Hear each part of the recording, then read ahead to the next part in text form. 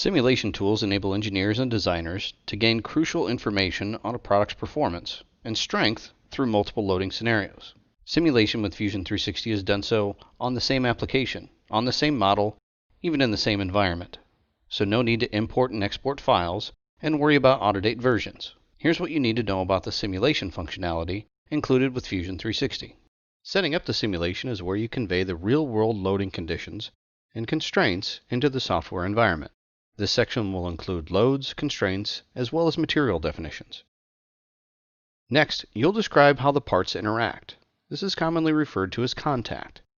Contact is so critical to the simulation that Fusion 360 has an automation tool to help determine this behavior between components. When setup is complete, use the degree of freedom view to ensure that contacts and constraints have been made properly, and now you're ready to mesh. Meshing is where complex designs are broken down into simple elements. As results are affected by the mesh size, Fusion 360's automated mesh adaptation tools can be used to ensure the highest efficiency and quality. Finally, it's time to solve, then interrogate the results. Fusion 360 provides visual tools to help you understand how your design will react to the loads, forces, and other components of your design. Let's review. Simulation in Fusion 360 starts with a definition of materials, loads, and constraints.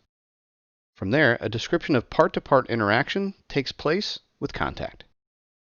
To help ensure proper setup, use Fusion 360's degree of freedom view. The mesh directly affects result accuracy, and balancing solve time and accuracy is paramount to understanding simulation. After solving, interpreting results is vital to ensure that the next steps are given the right direction. In the next video, we'll discuss the steps and considerations required to set up CAM toolpaths for turn parts, milled parts, and laser cut and water jet setups.